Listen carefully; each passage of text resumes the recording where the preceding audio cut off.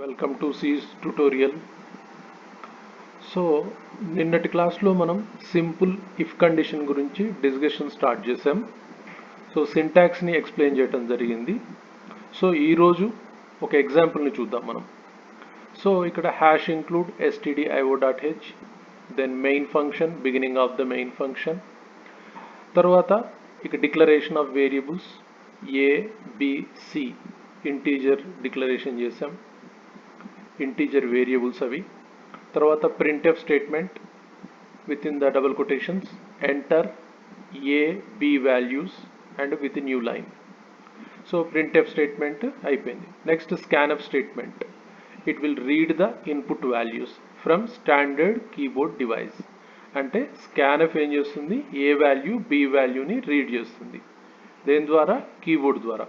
So scanf %d in double quotations, ఇది control strings అంటాం, comma address of the A, address of the B.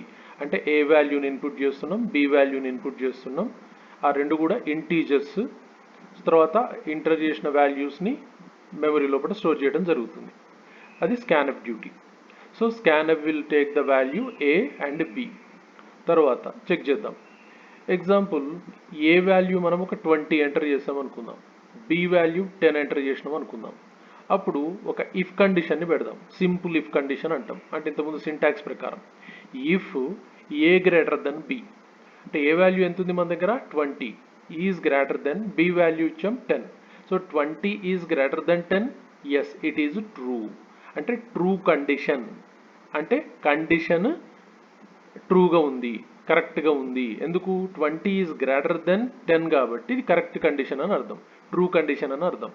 ఇది ఎప్పుడైతే true condition అవుతుందో దానికి ఇమీడియట్గా ఉన్న అంటే ఫాలోయింగ్ స్టేట్మెంట్ అనేది ఎగ్జిక్యూట్ అవుతుంది. అదేంటి?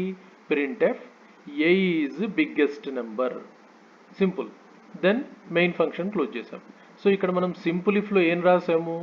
ఓన్లీ ట్రూ కండిషన్ని ఎవాల్యుయేట్ చేస్తున్నాం. మనం ట్రూ కండిషన్ని ఎవాల్యుయేట్ చేస్తున్నాం.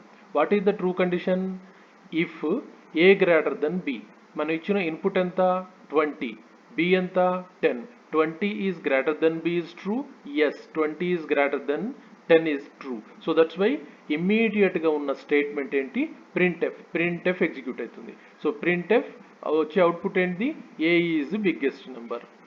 అయిపోయింది ఇక్కడ. అయితే ఇక్కడ ఇంకొకటి మనం వదిలేసాం, దాన్ని ఇక్కడ కన్సిడర్ చేయట్లా మనం, సింపుల్ ఇఫ్ కాబట్టి. ఒకవేళ గ్రేటెస్ట్ అవ్వకపోతే ఏంటి అనే విషయాన్ని ఇక్కడ మనం ఇగ్నోర్ చేయడం జరిగింది. ఈ సింపుల్ ఇఫ్ కండిషన్లో ఓన్లీ ట్రూ కండిషన్నే ఎవాల్యుయేట్ చేస్తుంది. ఒకవేళ అది ఫాల్స్ అయితే ఏం ఎవాల్యుయేట్ చేయాలనేది ఈ కండిషన్లో ఉండదు, ఈ సింపుల్ ఇఫ్ కండిషన్లో ఉండదు. దాన్ని నెక్స్ట్ క్లాస్లలో చూద్దాం. Okay, right. So if else statement, second option. So second category, if else statement. So definition చూద్దాం. This is two-way decision making statement. ఇంతకుముందే మనం అన్నాం ఓన్లీ ట్రూ కండిషన్ ఎవాల్యుయేట్ చేసింది సింపుల్ ఇఫ్లో. ఒకవేళ ఫాల్స్ అయ్యి ఉంటే అన్నప్పుడు ఎస్ ఎల్స్ అనేది ఇక్కడ వర్కింగ్లోకి వస్తుంది. సో ఈ ఎల్స్ యూజ్ చేసినప్పుడు దాన్ని ఏమని అంటాం? This is two way decision making system అని చెప్తాం, or this is a two way decision making statement అని చెప్తాం. So this statement is used to control the flow of execution and also used to carry out the logical test and then pick up one of the two possible actions on the logical test. So ఈ if else లో ఏంటి మెయిన్గా? ఖచ్చితంగా ఇది flow of ఎగ్జిక్యూషన్ని control చేస్తుంది. తర్వాత ఎట్లా? Logical test condition verify చేస్తుంది. అయితే దీనిలో ఉన్న ఒక స్పెషాలిటీ ఏంది అంటే it pick up one of the two possible actions on the logical test. ఇక్కడ ఎన్ని ఉంటాయి మనకి? ట్రూ కండిషన్ ఉంటుంది, ఫాల్స్ కండిషన్ ఉంటుంది, right? Two possible actions, true condition ఉంటుంది, ఫాల్స్ కండిషన్ ఉంటుంది. ట్రూ కండిషన్కి ఒక పార్ట్ ఎగ్జిక్యూట్ అయితే ఫాల్స్ కండిషన్ అయినప్పుడు ఇంకో పార్ట్ ఎగ్జిక్యూట్ అవుతుంది. సో ఇట్లా టూ పాసిబుల్ యాక్షన్స్ని ఎగ్జిక్యూట్ చేసే మెకానిజమే ఇఫ్ ఎల్స్ స్టేట్మెంట్. సరే సింటాక్స్ చూద్దాం. ఇక్కడ ఇఫ్ కండిషన్ మెన్షన్ చేయాలి. ఇక్కడ కండిషన్ ఏదన్నా అయి ఉండొచ్చు, మనకు రిక్వైర్మెంట్ ఉన్న కండిషన్ యూజ్ చేయాలి. ఇఫ్ కండిషన్ ట్రూ అనుకుందాం, ఇఫ్ కండిషన్ ట్రూ అయినప్పుడు ఇక్కడ సింపుల్ స్టేట్మెంట్ కానీ లేదా కాంపౌండ్ స్టేట్మెంట్ కానీ ఎగ్జిక్యూట్ చేయొచ్చు. కాంపౌండ్ స్టేట్మెంట్ అంటే అర్థమైంది, ఎప్పుడైతే more than one statement enclosed in brackets, ఒకటి కంటే ఎక్కువ స్టేట్మెంట్లు ఫ్లవర్ బ్రాకెట్ మధ్య ఇంక్లూడ్ చేసినట్టయితే వాటిని గ్రూప్ ఆఫ్ స్టేట్మెంట్స్ని మనం కాంపౌండ్ స్టేట్మెంట్ అంటాం. అదే ఒకటే ఒక స్టేట్మెంట్ ఉందనుకోండి, ఎలాంటి బ్రాకెట్స్ లాంటివి లేకుండా, అప్పుడు దాన్ని సింపుల్ స్టేట్మెంట్ అంటాం. సో ఇఫ్ కండిషన్ ట్రూ అయితే followed by the statements execute అవుతాయి. ఒకవేళ కండిషన్ ఫాల్స్ అనుకోండి, అప్పుడు ఈ కంట్రోల్ ఎక్కడికి వస్తుంది, ఎల్స్కి వచ్చేస్తుంది. ఈ ఎల్స్ తర్వాత ఉన్న స్టేట్మెంట్స్ అన్నీ కూడా ఎగ్జిక్యూట్ అవుతాయి. సో కండిషన్ ట్రూ అయినప్పుడు ఇమీడియట్గా ఉన్న స్టేట్మెంట్ కానీ స్టేట్మెంట్స్ కానీ ఎగ్జిక్యూట్ అయితే, లేదు కండిషన్ ఫాల్స్ అయినప్పుడు కంట్రోల్ ఎల్స్కి వచ్చి దాని తర్వాత ఉన్న స్టేట్మెంట్ కానీ స్టేట్మెంట్స్ కానీ ఎగ్జిక్యూట్ అవుతుంది. ఇది ఇఫ్ ఎల్స్ సింటాక్స్. సరే, ఇప్పుడు ఒక చిన్న ప్రోగ్రామ్ని కూడా చూద్దాం మనం. ఎగ్జాంపుల్ ఇక్కడ hash include stdio.h header file, తర్వాత main function, beginning of the main function flower bracket, తర్వాత డిక్లరేషన్ ఆఫ్ వేరియబుల్స్ రిక్వైర్డ్ ఏ ప్రోగ్రామ్కైనా. సో ABC అనే 3 variables as integer type declare చేసాం. తర్వాత printf ఎంటర్ AB వాల్యూస్ అని ఒక డిస్ప్లే చేసాం. తర్వాత scanf ఫంక్షన్ని వాడాం. అంటే scanf పర్పస్ ఏంది, it will read the A value B values whatever you input by the keyboard. So scanf వల్ల బెనిఫిట్ ఏంటంటే A value B value input values మనం ఎంటర్ చేస్తాం. So scanf will read the, scanf ఏం చేస్తుంది, A వాల్యూని read చేస్తుంది, B వాల్యూని read చేస్తుంది, మనం కీబోర్డ్ ద్వారా ఇచ్చినవి ఇవి. So scanf A value enter చేస్తున్నాం which is integer %d, B value enter చేస్తున్నాం which is integer that is %d. So scanf ద్వారా వాల్యూస్ ఎంటర్ చేసాం.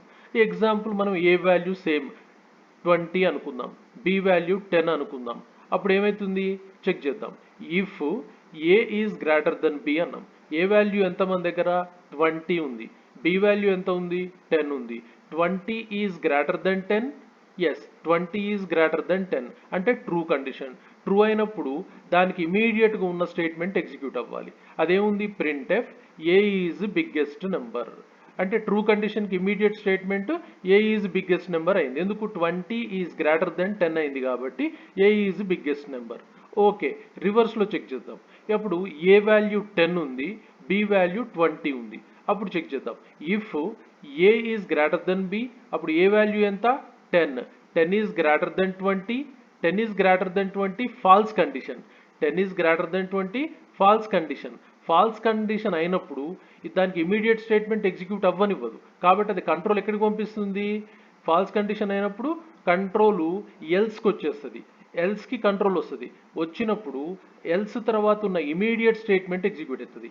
అక్కడ ఏముంది, printf B is biggest number. So else తర్వాత ఉన్న immediate statement printf B is biggest number. సో ఇది else execute అయ్యే ప్రాసెస్. మళ్ళీ ఒకసారి చూద్దాము. A value 20, B value 10, 20 is greater than 10, yes correct. కాబట్టి immediate statement printf A is biggest number. ఒకవేళ A వాల్యూ 10, B వాల్యూ 20 ఇచ్చాము, అప్పుడు 10 ఈజ్ గ్రేటర్ దెన్ 20, రాంగ్, అది తప్పది. కాబట్టి ఈ కంట్రోల్ ఎక్కడికి వచ్చేస్తుంది, ఎల్స్కి వస్తుంది. ఎల్స్కి వచ్చి దాని ఇమీడియట్గా ఉండే స్టేట్మెంట్ ఎగ్జిక్యూట్ చేస్తుంది. అంటే printf B is biggest number, output వచ్చేసింది. తర్వాత మెయిన్ ఫంక్షన్ క్లోజ్ అయిపోతుంది. ఇది simple example for the if else condition or if else statement. Next ఇంకొకటి ఉంది, అది థర్డ్ది, నెస్టెడ్ ఎల్స్ ఇఫ్ స్టేట్మెంట్ అంటాం దీన్ని. నెస్టెడ్ ఎల్స్ ఇఫ్ అంటే నెస్టింగ్ ఆఫ్ ఇఫ్ అంటాం. ఒక ఇఫ్ కండిషన్ లోపల మరొక ఇఫ్ కండిషన్ ఉండటం, ఒక ఇఫ్ కండిషన్ లోపల మరొక ఇఫ్ కండిషన్ ఉంటే దాన్ని నెస్టింగ్ ఆఫ్ ఇఫ్ అని చెప్తాం, ఆర్ నెస్టింగ్ ఇఫ్ అని చెప్తాం. సరే, జస్ట్ డెఫినేషన్ చూద్దాం. We can write an entire if else statement in another if else statement called nesting, and the statement is called as nested if. So నేను ముందే చెప్పాను, if else చూడండి, ఇక్కడ inner సైడ్లో చూడాలి. ఈ ఇఫ్ ఎల్స్ దేనిలో ఉంది, అవుటర్ ఇఫ్ ఎల్స్లో ఉంది ఇన్వాల్వ్ అయ్యి. సో కాబట్టి ఒక ఇఫ్ స్టేట్మెంట్ ఇంకో ఇఫ్ స్టేట్మెంట్లు ఇన్వాల్వ్ అయితే అది ఇఫ్ అంటే ఇఫ్ ఎల్స్ కంప్లీట్. అది సింగిల్ ఇఫ్ అయి ఉండొచ్చు, ఇఫ్ ఎల్స్ అయి ఉండొచ్చు. కాబట్టి if else statement or if condition ఒకటి ఇంకో దానిలో ఇన్వాల్వ్ అయినప్పుడు దానిని నెస్టెడ్ ఇఫ్ ఎల్స్ స్టేట్మెంట్ అంటాం. మళ్ళీ డెఫినేషన్ చూద్దాం ఒకసారి. We can write an entire if else statement in another if else statement. ఒకటి ఇంకో దానిలో ఇన్వాల్వ్ అయినప్పుడు రైట్ దానిని నెస్టింగ్ అంటాం. దాన్నే నెస్టెడ్ ఇఫ్ అని చెప్తాం. ఎందుకు? ఇఫ్ ఇన్వాల్వ్ అయింది కాబట్టి, ఇఫ్ నెస్టింగ్లో ఉంది కాబట్టి నెస్టెడ్ ఇఫ్ అని చెప్తాం. సింటాక్స్ చూద్దాం. ఇక్కడ ఫస్ట్ నేను ఇఫ్ కండిషన్ అని రాశాను. ఇఫ్ కండిషన్ ఈజ్ ట్రూ అనుకోండి, ఇమీడియట్గా ఇంకొక బ్రాకెట్ పెట్టాను. ఈ బ్రాకెట్ లోపల మళ్ళీ ఒక ఇఫ్ కండిషన్ రాశాను. Right, first if condition correct అయినప్పుడు బ్రాకెట్ ఓపెన్ చేశాను, ఇమీడియట్లీ మళ్ళీ ఒక ఇఫ్ కండిషన్ స్టార్ట్ చేశాను.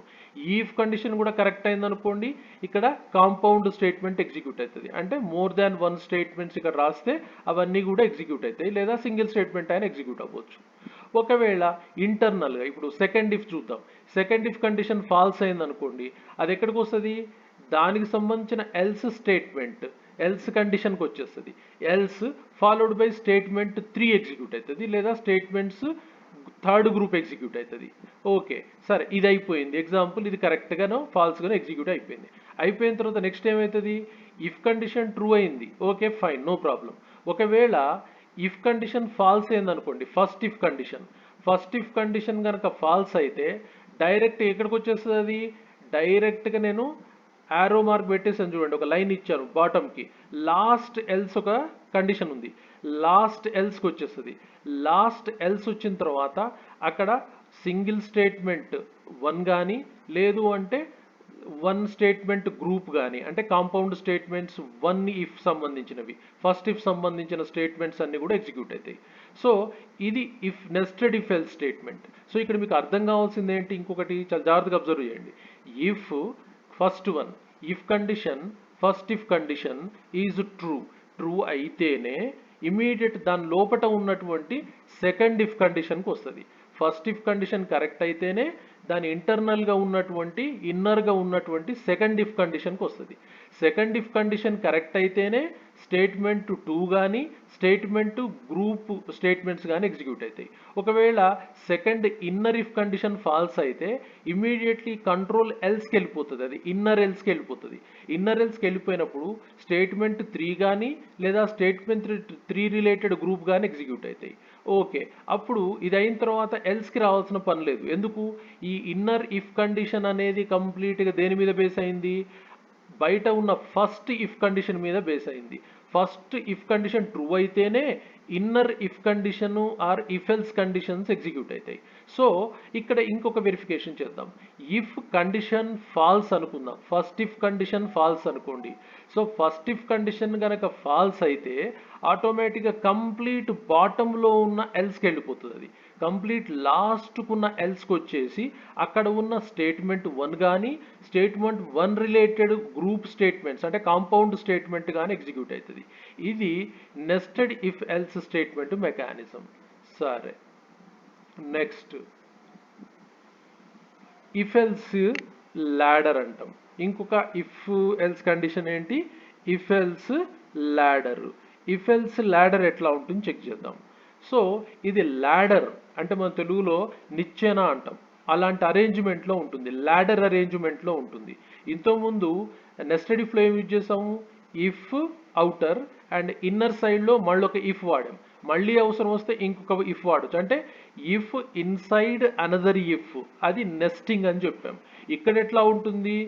ఇఫ్ లోపట ఎల్స్ ఇఫ్ అని వస్తుంది, ఇఫ్ ఎల్స్ వచ్చి ఫాలోవుడ్ బై ఇఫ్ ఉంటుంది. సో దానిలో ఏమైంది?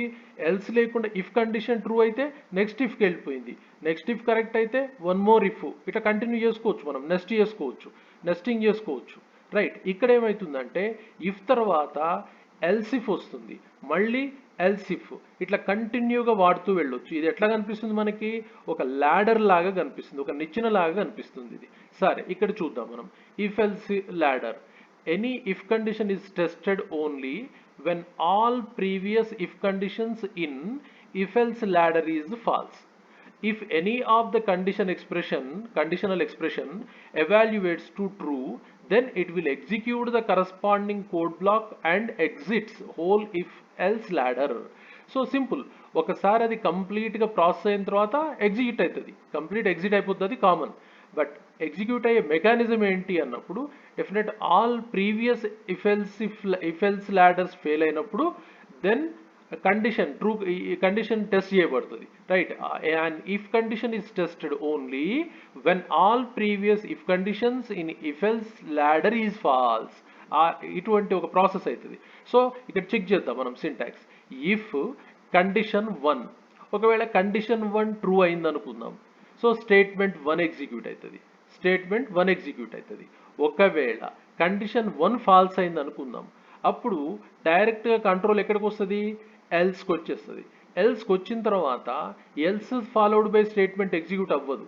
ఇక్కడ ఏం చేస్తుందంటే ఎల్స్తో పాటు మళ్ళీ ఒక ఇఫ్ ఉంది, ఎల్స్ ఇఫ్. ఎల్స్ ఇండివిజువల్గా లేదు, else followed by the if ఉంది. ఎల్స్ మళ్ళీ ఇఫ్ పెట్టాం, ఇక్కడ ఫాల్స్ ఎక్స్ప్రెషన్ ఎవాల్యుయేట్ చేయట్లా, ఇక్కడ ట్రూ కండిషన్ మళ్ళీ వెరిఫై చేయదలుచుకున్నాం. Else if condition 2. So else అన్న తర్వాత ఏంది, ఫస్ట్ కండిషన్ ఫాల్స్ అయింది, ఓకే ఎల్స్కి పంపించాం. కానీ ఇక్కడ దాని రిలేటెడ్ ఎల్స్ ఎవాల్యుయేట్ అవుతుందా అంటే కాట్లా. ఏమవుతుంది, దానికి మళ్ళీ ఒక ఇఫ్ని యాడ్ చేసాం, ఎల్స్ ఇఫ్ అన్నాం. సో ఇఫ్లో ఏం పెట్టాం, కండిషన్ 2 ఇచ్చాం. కండిషన్ 2 ట్రూ అయితే స్టేట్మెంట్ 2 ఎగ్జిక్యూట్ అవుతుంది. స్టేట్మెంట్ 2 ఎగ్జిక్యూట్ అవ్వాలి ట్రూ కండిషన్కే. ఒకవేళ కండిషన్ 2 కూడా ఫాల్స్ అనుకుందాం, మళ్ళీ కంట్రోల్ ఎక్కడికి వస్తుంది, ఎల్స్కి వచ్చేస్తుంది. ఎల్స్తో ఎవాల్యుయేట్ చేయట్లా అది. ఎల్స్తో ఎవాల్యుయేట్ చేస్తే ఏమవుతుంది, పైన ఇచ్చిన కండిషన్ ఫాల్స్ అయినట్టు, కానీ ఇక్కడ ఫాల్స్ అని చెప్పట్లా మనం. ఒకవేళ అది ఫాల్స్ అయితే ఫాల్స్కి ఎవాల్యుయేట్ చేస్తున్నారా, కాదు, మళ్ళీ దానికి ఇంకొక ఇఫ్ కండిషన్ కలుపుతున్నాం రైట్. ఎల్స్ ఇఫ్ కండిషన్ 3 పెట్టాం. సో ఇది ఎప్పుడు ఎవాల్యుయేట్ అవుతుంది, దాని ప్రీవియస్ కండిషన్ ఫాల్స్ కరెక్టే, కానీ related if must be true. మళ్ళీ ఇక్కడ ఇఫ్ ఎల్స్ ఇఫ్లో ఉన్న కండిషన్ 3లో ట్రూ అవ్వాలి. ట్రూ అయితేనే అప్పుడు స్టేట్మెంట్ 3 రిలేటెడ్ గ్రూప్ ఎగ్జిక్యూట్ అవుతుంది, లేదా సింగిల్ స్టేట్మెంట్ ఎగ్జిక్యూట్ అవుతుంది. ఒకవేళ ఇదేది కాదనుకుందాం, అప్పుడు ఏమవుతుంది, ఎల్స్ స్టేట్మెంట్ 4 ఎగ్జిక్యూట్ అవుతుంది. ఎల్స్ స్టేట్మెంట్ 4 ఎగ్జిక్యూట్ అవుతుంది. సో ఇక్కడ చెక్ చేయండి, ఫస్ట్ కండిషన్ ట్రూ అయితే స్టేట్మెంట్ 1 ఎగ్జిక్యూట్ అయింది, ప్రాబ్లం లేదు. బట్ స్టేట్మెంట్ కండిషన్ 1 ఫాల్స్ అయినప్పుడు ఎల్స్కి వస్తుంది, బట్ ఫాల్స్తో దాన్ని డైరెక్ట్ ఎవాల్యుయేట్ చేయట్లా, ఫాలోడ్ బై ఇఫ్ కండిషన్ 2ని ట్రూ కండిషన్ ఎవాల్యుయేట్ చేస్తుంది. కండిషన్ 2 ట్రూ అయితేనే స్టేట్మెంట్ గ్రూప్ ఎగ్జిక్యూట్ అవుతుంది సెకండ్ది. ఓకే ఇది కూడా తప్పనుకోండి, దెన్ ఎల్స్ ఇఫ్కి వచ్చి మళ్ళీ ట్రూ కండిషన్ ఎవాల్యుయేట్ చేస్తుంది. ట్రూ అయితేనే స్టేట్మెంట్ 3 ఎగ్జిక్యూట్ అవుతుంది. ఒకవేళ ఇది ఫాల్స్ అనుకోండి, అప్పుడు డైరెక్ట్గా ఎల్స్కి వచ్చేస్తుంది. ఎల్స్ ఈజ్ ఏ పైన ఉన్నది ఫాల్స్ అయినప్పుడు స్టేట్మెంట్ 4 ఎగ్జిక్యూట్ అయింది. బట్ ప్రీవియస్ వన్ ఎట్లయినాయి, అన్ని ట్రూ కండిషన్ తోటే వెరిఫై అయినాయి రైట్. ఒకటి ఫాల్స్ అయినప్పుడు దాని నెక్స్ట్ ఎవాల్యుయేషన్ ట్రూ కండిషన్, ఇంకోటి అది ఫాల్స్ అయినప్పుడు దాని నెక్స్ట్ ఎవాల్యుయేషన్ ట్రూ కండిషన్ అయింది.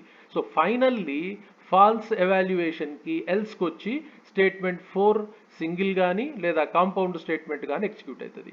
ఇది ల్యాడర్ లాగా ఉంది కాబట్టి దీన్ని ఏమంటారంటే ఇఫ్ ఎల్స్ ల్యాడర్ అంటాం. ఇంకొకసారి డెఫినేషన్ చూద్దాం. And if condition is tested only when all previous conditions in if else ladder is false. If any of the conditional expression evaluates to true, then it will execute the corresponding code block and exits whole if else ladder. This is actually definition. Once అది complete అయితే final గా if else ladder అనేది exit అయిపోతుంది, close అవుతుంది, terminate అయిపోతుంది. ఇది if else ladder లాంటి mechanism ఇక్కడ ఉంది. దీన్ని ఇఫ్ ఎల్స్ ల్యాడర్ అన్నాం. సో ఇప్పటి వరకు మనం చూసిన ప్రోగ్రామ్స్ ఇఫ్ కండిషన్స్ ఎట్లా వచ్చాయి, సింపుల్ ఇఫ్ వాడాము, ఇఫ్ ఎల్స్ వాడాము, తర్వాత నెస్టెడ్ ఇఫ్ వాడాము, ఇఫ్ ఎల్స్ ల్యాడర్ వాడాము.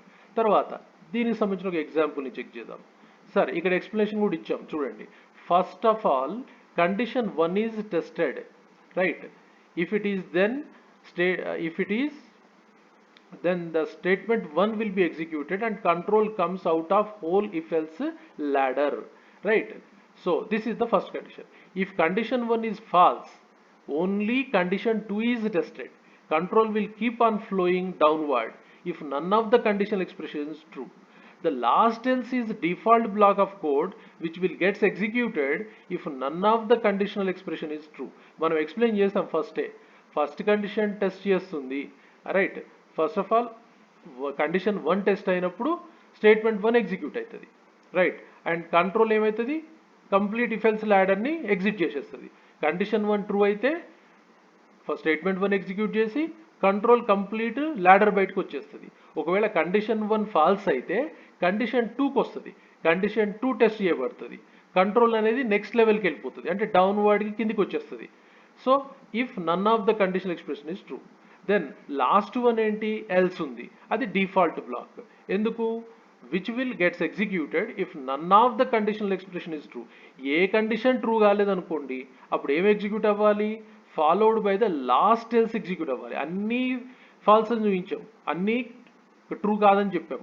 అటువంటప్పుడు ఫైనల్గా వచ్చేది లాస్ట్ ఎల్స్, అది డిఫాల్ట్గా ఎగ్జిక్యూట్ అవుతుంది. అది ఎక్స్ప్లెనేషన్ ఫర్ ద మనం లాస్ట్ ఇఫ్ ladder. సరే, ఇక్కడ ఒక చిన్న ప్రోగ్రామ్ చూద్దాం మనం. Hash include stdio.h main function beginning flower bracket. ఇక్కడ నేను మార్క్స్ అనే ఒక ఇంటీజర్ వేరియబుల్ని డిక్లేర్ చేశాను, ఇంటీజర్ మార్క్స్. తర్వాత printf ఎంటర్ యువర్ మార్క్స్ అని ఒక మెసేజ్ డిస్ప్లే చేశాను ఆన్ స్క్రీన్. తర్వాత scanf ద్వారా మార్క్స్ని రీడ్ చేస్తున్నాను. scanf %d address of marks అన్నాం, అంటే మార్క్స్ అనేది ఇంటీజర్ అని అర్థం, %d. సో ఇక్కడ మార్క్స్ని ఎంటర్ చేస్తాం. సో ఎన్ని మార్క్స్ ఎంటర్ చేద్దాం చూద్దాం. ఇఫ్ కండిషన్ చెకింగ్, ఇక if marks greater than or equal to 90, right, అంటే greater than or equal to 90 means 90 above marks. So 90 above marks enter చేయాలి. ఎగ్జాంపుల్ అనుకుందాం 95 ఎంటర్ చేద్దాం. మార్క్స్ అనేది 95 ఎంటర్ చేద్దాం. 95 is greater than or equal to 90, true condition. If marks 95 enter చేస్తే 95 is greater than or equal to 90, ఇది true condition. True అయినప్పుడు next immediate following statement ఉంది మనకి, printf యువర్ గ్రేడ్ ఏ అన్నాం. ఎందుకు, 95 అనేది అబోవ్ ద 90 కాబట్టి గ్రేడ్ ఏ ఇచ్చేసాం మనం. ఓకే, ఒకవేళ నేను 80 ఇచ్చాను అనుకుందాం, చూద్దాం. మార్క్స్ అనేవి 80 ఇచ్చాను. If 80 is greater than or equal to 90, false. అది ఫాల్స్ అయినప్పుడు ఇక్కడ ఎల్స్కి వచ్చేసింది. ఎల్స్ ఎందుకు, ఫస్ట్ కండిషన్ ఫాల్స్ అయింది కాబట్టి ఎల్స్కి వచ్చింది. కానీ ఎల్స్ డైరెక్ట్ ఎవాల్యుయేట్ చేయట్లా, followed by the one more if ladder కాబట్టి ఎల్స్ ఇఫ్కి వచ్చి ఇక్కడ marks greater than or equal to 70, ఎంత ఇచ్చాం మనం, 80 ఇచ్చాం. 80 is greater than or equal to 70, yes. And marks 80 is less than 90, yes, right. Marks 80 is greater than or equal to 70, true. And marks 80 is less than 90, yes. And operator ఉన్నప్పుడు ఏమవ్వాలి, రెండు ఎక్స్ప్రెషన్లు కూడా true అవ్వాలి. కాబట్టి ఇక్కడ 80 is greater than 70 true అయింది, 80 less than 90 true అయింది. కాబట్టి ఇమీడియట్ స్టేట్మెంట్ ఏముంది, printf యువర్ గ్రేడ్ బి అని ఇచ్చాం. ఓకే, ఫైన్, ఇది క్లోజ్ అయిపోయింది. ఒకవేళ నేనేం చేశాను, ఇక్కడ 65 అని ఎంటర్ చేస్తాను, మార్క్స్ 65 ఎంటర్ చేస్తున్నాను. So if marks greater than or equal to 90, 65 is greater than or equal to 90, false అయినప్పుడు ఎల్స్కి వచ్చేసింది, ఇమీడియట్ ఎల్స్కి వచ్చింది. ఎల్స్తో పాటు ఇఫ్ ఉంది, ల్యాడర్. ఇక్కడ 65 is greater than 70, false. And 65 is less than 90, true. కానీ అండ్ ఆపరేటర్ డ్యూటీ ఏంది, రెండు ఎక్స్ప్రెషన్లు ట్రూ ఉండాలి. కానీ ఇక్కడ ఒక ఎక్స్ప్రెషన్ కరెక్ట్ ఉంది, ఒక ఎక్స్ప్రెషన్ తప్పు ఉంది. 65 ఇస్ గ్రేటర్ దెన్ 70, ఫాల్స్ ఉంది. కాబట్టి ఆటోమేటిక్గా ఇది ఫాల్స్ ఎక్స్ప్రెషన్ అని అర్థం, ఫాల్స్ కండిషన్ అని అర్థం. ఇమీడియట్లీ ఫాల్స్ అయినప్పుడు ఎల్స్కి వచ్చేస్తుంది. ఎల్స్లో ఇఫ్ ఉంది, మళ్ళీ అగైన్ ఎల్స్ ఇఫ్లో 65 is greater than or equal to 50, true condition. And 65 is less than 70, true condition. ఇమీడియట్గా రెండు కరెక్ట్ ఉన్నాయి కాబట్టి printf యువర్ గ్రేడ్ సి అని చెప్పాం మనం, సో ఇది ఎగ్జిక్యూట్ అయిపోయింది. ఒకవేళ ఇంకా చెక్ చేద్దాం. ఎగ్జాంపుల్ మార్క్స్ నేను ఏమని చేద్దాం, ఇక్కడ మనం 40 ఇద్దాం, రైట్, 40 మార్క్స్ ఇద్దాం. If marks 40 is greater than or equal to 90, false కాబట్టి ఎల్స్కి వచ్చాం. Else if 40 is greater than 70, false. కాబట్టి అండ్ ఆపరేటర్ ఉంది కాబట్టి రెండు కరెక్ట్ అవ్వాలి. సో కాబట్టి నెక్స్ట్ ఎల్స్కి వచ్చేసింది, కండిషన్ ఫాల్స్. ఎల్స్కి వచ్చాం. If 40 is greater than or equal to 50, again false condition. కాబట్టి డిఫాల్ట్ ఏముందిగా, ఎల్స్ ఉంది. అన్ని రాంగే, అన్ని ఫాల్స్ ఎక్స్ప్రెషన్స్ వచ్చాయి మనకి, ఫాల్స్ కండిషన్స్ వచ్చాయి. కాబట్టి అన్ని ఫాల్స్ కండిషన్స్ ఉన్నప్పుడు నెక్స్ట్ ఎక్కడికి వస్తుంది, లాస్ట్ ఎల్స్కి వచ్చేసింది, అది డిఫాల్ట్. రైట్. ఎల్స్కి వచ్చేసాం. ఈ ఎల్స్లో ఏముంది, print F your grade failed అని ఇచ్చేసాం. Print F your grade is failed అని ఇచ్చేసాం. క్లోజ్. తర్వాత బ్లాక్ క్లోజ్ అయిపోయింది. తర్వాత return 0 because of it is a integer function, integer main కాబట్టి. తర్వాత మెయిన్ ఫంక్షన్ బ్రాకెట్ని కూడా క్లోజ్ చేసాం మనం. సో ఇది if ladder mechanism. If ladder mechanism ఇది. ఓకే, ఈరోజు ఈ క్లాస్ని ఇక్కడ స్టాప్ చేద్దాం. నెక్స్ట్ క్లాస్ కంటిన్యూ చేద్దాం. Thank you.